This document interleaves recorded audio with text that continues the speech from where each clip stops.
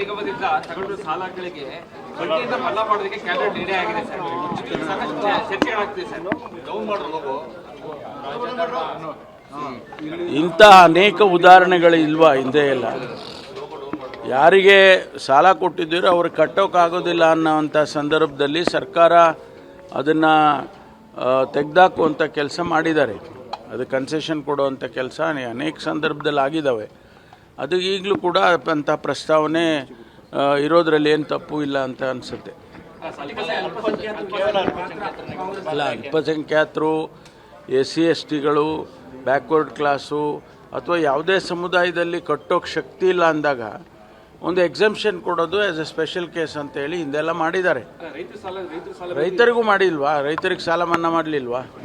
ಅದೇ ರೀತಿ ಅವರಿಗೆ ರೈತರು ಕಟ್ಟೋಕ್ಕಾಗೋದಿಲ್ಲ ಅಂಥ ಸಂದರ್ಭದಲ್ಲಿ ಸರ್ಕಾರ ತೀರ್ಮಾನವನ್ನು ತಗೊಂಡಿದೆ. ಇಲ್ಲೂ ತಗೊಂಡಿದೆ, ಕೇಂದ್ರದಲ್ಲೂ ತಗೊಂಡಿದೆ.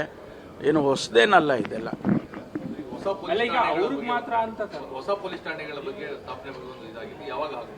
ಅಲ್ಲ, ಈಗ ಮಾನ್ಯ ಮುಖ್ಯಮಂತ್ರಿಗಳಿಗೆ ನಾನು ಮನವಿ ಮಾಡಿಕೊಂಡಿದ್ದೇನೆ.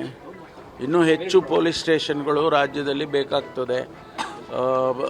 ಭಾಳ ಈಗ ಮೈಸೂರನ್ನು ಈಗ ಗ್ರೇಟರ್ ಮೈಸೂರು ಅಂತ ಮಾಡೋಕ್ಕೆ ಹೊರಟಿದ್ದಾರೆ. ಅದೇ ಥರ ಗ್ರೇಟರ್ ಬ್ಯಾಂಗ್ಳೂರು ಆಗಿದೆ. ಆ ಭಾಗದಲ್ಲಿ ನಮಗೆ ಹೆಚ್ಚೆಚ್ಚು ಪೊಲೀಸಿನ ಅಗತ್ಯ ಇದೆ ಅಂಥೇಳಿ ಅದನ್ನು ಈಗಾಗಲೇ ಪ್ರಸ್ತಾವನೆಯನ್ನು ಕೊಟ್ಟಿದ್ದೇನೆ. ಬಡ್ಜೆಟ್ನಲ್ಲಿ ಎಷ್ಟು ಪೊಲೀಸ್ ಸ್ಟೇಷನ್ಗಳನ್ನು ಕೊಡ್ತಾರೆ ಅದರ ಮೇಲೆ ಹೊಸ ಪೊಲೀಸ್ ಸ್ಟೇಷನ್ಗಳನ್ನು, ಟ್ರಾಫಿಕ್ ಪೊಲೀಸ್ ಸ್ಟೇಷನ್ ಬೇಕಾಗುತ್ತೆ, ಮಹಿಳಾ ಪೊಲೀಸ್ ಸ್ಟೇಷನ್ ಬೇಕಾಗುತ್ತೆ. ಹಾಗಾಗಿ ನಾವು ಎಷ್ಟು ಕೊಡ್ತಾರೆ ಈಗ ಬಡ್ಜೆಟ್ನಲ್ಲಿ ಅನ್ನೋದನ್ನು ನೋಡ್ಕೊಂಡು ತೀರ್ಮಾನ ಮಾಡ್ತೀವಿ.